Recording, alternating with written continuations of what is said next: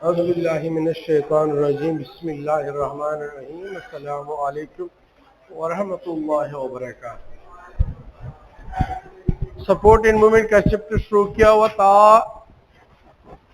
और मसल्स का टॉपिक हम डिस्कस कर चुके। अब उसमें जो चीज़ें रहती हैं, मतलब कुछ डिसऑर्डर्स है, वो डिस्कस करेंगे और फिर उसके बाद मैकेनिज्म डिस्कस करेंगे। अच्छा, ये वालेकुम अस्सलाम। हमने कल पढ़ा हुआ था कि मसल बंडल है, क्योंकि मसल जो है वो बंडल की फॉर्म में होते हैं। आपकी बॉडी में जिधर भी मसल्स है ना, वो इसका पूरा एक पैक होता है, पूरा एक बंडल होता है। और ये मसल बंडल जो है ये असल में बने होते हैं मसल फाइबर से, लेकिन चूंकि मसल बंडल के अंदर पे छोटे छोटे बंडल्स होते हैं, उन्हीं बंडल को हम फेसिकल्स कहते हैं या इसको डिस्क्रीट्स कहते हैं या इसको यूनिट कहते हैं, छोटे छोटे यूनिट। फिर ये मसल बंडल या फिजिकल जो है ये मसल फाइबर से बने होते हैं, और मसल फाइबर जो है ये मायो फाइबर से बने होते हैं, और मायो फाइबर जो है ये सर्कोमायर से बने होते हैं। और सर्कोमायर दो किस्म के प्रोटीन से बना हुआ है, एक एक्टिन है और एक मायोसिन है। ये दो प्रोटीन रोल अदा कर रहे हैं कंट्रैक्शन और रिलैक्सेशन में। पूरा जो मसल बंडल है ये हमारे साथ ट्राइसेप ले ले। ट्राइसेप इसलिए कहते हैं कि 3 पार्ट्स पे अटैच होता है, और बाइसेप इसलिए कहते हैं कि 2 पार्ट्स पे अटैच होता है। तो ये पूरा एक मसल बंडल है, पूरा बंडल है, और इसके अंदर पे छोटे छोटे बंडल पाए जाते हैं। उन्हीं बंडल को फेसिकल्स कहते हैं, और उन्हीं के अंदर फाइबर्स होते हैं, मसल फाइबर्स कहते हैं। मसल फाइबर्स के अंदर मायो फाइबर्स है, मायो फाइबर के अंदर सर्कोमायर है, और सर्कोमायर एक्टिन और मायोसिन प्रोटीन से बना हुआ है। अगर हम किसी भी मसल्स को देख लें तो वो रिलैक्स फॉर्म में अगर देखा जाए तो हम यहां पे ये हमारे साथ एक सर्कोमायर का स्ट्रक्चर है। क्योंकि दो सर्कोमायर आपस में अगर हम ड्रॉ कर लें, लेट सपोज आप यू कंसिडर कर लें कि ये एक दूसरा सर्कोमायर हुआ, तो हमारे पास 2 सर्कोमायर हो गया, और चूंकि जगह है हम तीसरा सर्कोमायर भी ड्रॉ कर लेते हैं, तो हमारे पास 3 सर्कोमायर हो गए। अब ये 3 सर्कोमायर है, ठीक है, और इन सर्कोमायर की जहां पे एक दूसरे के साथ अटैच वाली जगह है, इसको कहते हैं ज्विश लाइन। ज्विसेरियस से निकला है, ये पार्टीशन है, ज्विश लाइन्स कहा जाता है इसको। और ये इसकी सेंटर में मायोसिन प्रोटीन पाए जाते हैं। मायोसिन थोड़े से थिक होते हैं, और इसी वजह से यहां इस रीजन को कहते हैं एनिसोट्रॉपिक, या इसको डार्क बेंड भी कहा जाता है। ये हमारे पास एनिसोट्रॉपिक है या डार्क बेंड है, या ये मायोसिन की जगह है जो लाइट जो है वो पास नहीं कर पा रही। और दो मायोसिन के दरमियान वाली जगह हम कहते थे आइसोट्रॉपिक, या इसको हम लाइट बेंड कहते थे। लाइट बेंड या आइसोट्रॉपिक कहा करते थे। ये एनिसोट्रॉपिक, एनिसोट्रॉपिक, एनिसोट्रॉपिक, ये आइसोट्रॉपिक और आइसोट्रॉपिक या लाइट बेंड्स। अब हमने ये भी कहा था कि ये जो मायोसिन है इसकी क्रॉस ब्रिजेस होती हैं, इसकी 2 हेडेड एक्सटेंशंस होती हैं। सो ये जो है इसकी मायोसिन्स की एक्सटेंशंस है, क्रॉस ब्रिजेस है, और इसका रोल जो है वो अटैचमेंट्स के बाद इनकी वजह से फिर स्लाइडिंग पॉसिबल होती है। सो ये मायोसिन्स की क्रॉस हेड होते हैं,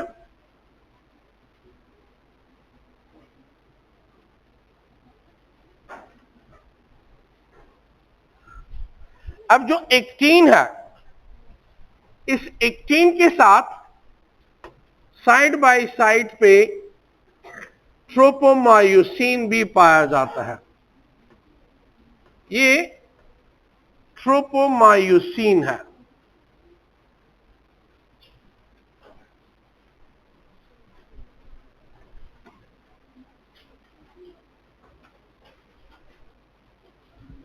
अभी हमारे पास जो है ये ट्रोपोमायोसिन है, और ट्रोपोमायोसिन के साथ यहां पे ट्रोपोनिन पाया जाता है।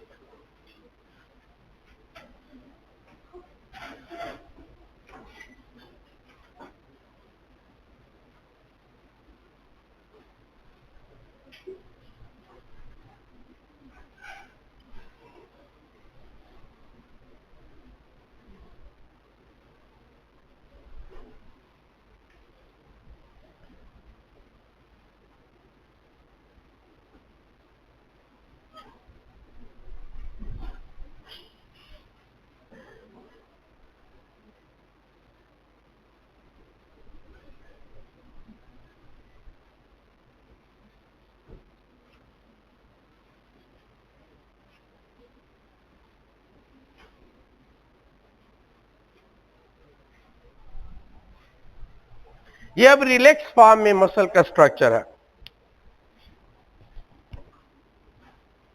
और यहां पे इस एक्टिन के ऊपर मायोसिन बाइंडिंग साइट्स पाए जाते हैं। मायोसिन जो है वो अटैचमेंट करता है एक्टिन के साथ, लेकिन कहां पे अटैचमेंट होती है इनकी, इसको कहते हैं myosin binding sites.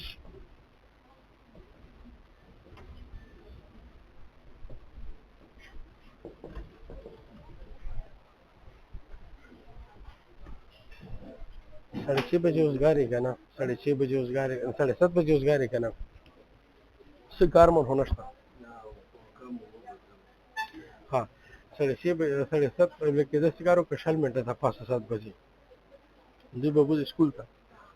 अलता you teacher वलाड़ी का ख्याली मशक शांति मशुमान अक्सर तो